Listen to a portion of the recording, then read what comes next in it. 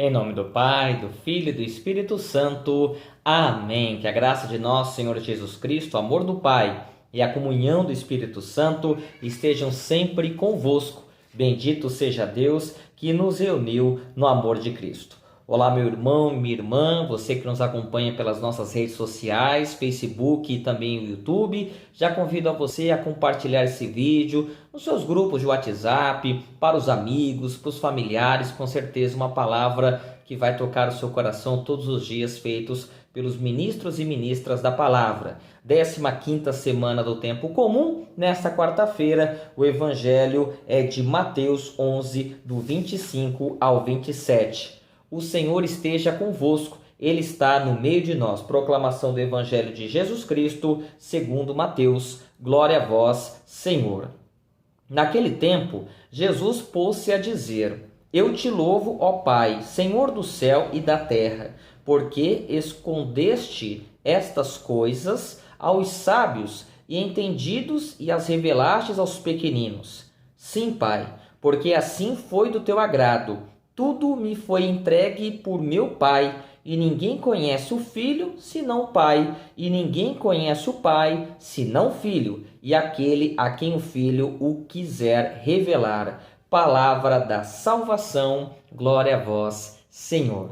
Esse texto de Mateus vem numa sequência do discurso da missão, também um pouco antes do envio dos apóstolos, de 2 em 2, levando a palavra para as pessoas, para todo mundo, para que a evangelização acontecesse para várias pessoas. Ele admitindo que não conseguiria sozinho, precisava de ajuda, e os apóstolos foram colocados à disposição da obra. E também, um pouco antes da crítica que ele faz àquele povoado próximo do lago de Tiberíades, onde aquelas pessoas conheceram a palavra, ouviram Jesus, mas não se importaram em absolutamente nada. Grande parte das pessoas continuaram a fazer o que estava fazendo anteriormente e não converteram o seu coração. Então Jesus foi duro com aquele povo, e nesta sequência do evangelho nós vemos Jesus, falando sobre aquilo que foi revelado aos pequeninos.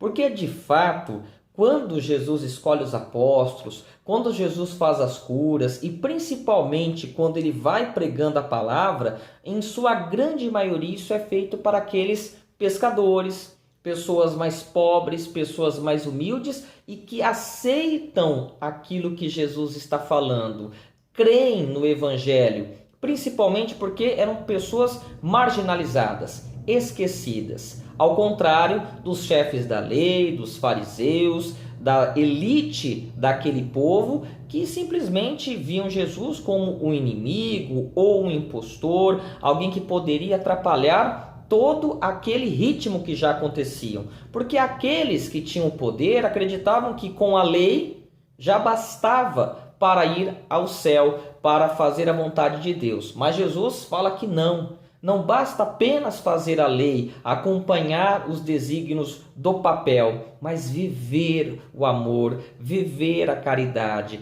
fazer a diferença na vida dos outros. É fazer com que o irmão seja o seu próprio exemplo de fidelidade, de amor, de compaixão.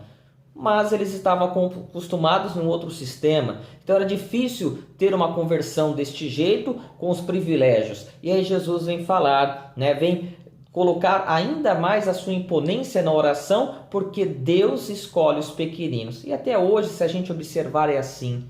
Se nós percebermos, nós entrando na igreja, nas pastorais, com os agentes, na sua grande maioria, e aí a gente percebe que são os mais humildes, os trabalhadores, os mais marginalizados, na periferia das cidades. Diferente daquela época, hoje as periferias, os bairros mais afastados, as favelas, elas aceitam muito mais com facilidade as coisas de Deus do que a elite. Porque a elite ela tem um outro papel, ou às vezes até mesmo outros deuses, como por exemplo o dinheiro. E nós já falamos até inclusive isso em campanha da fraternidade.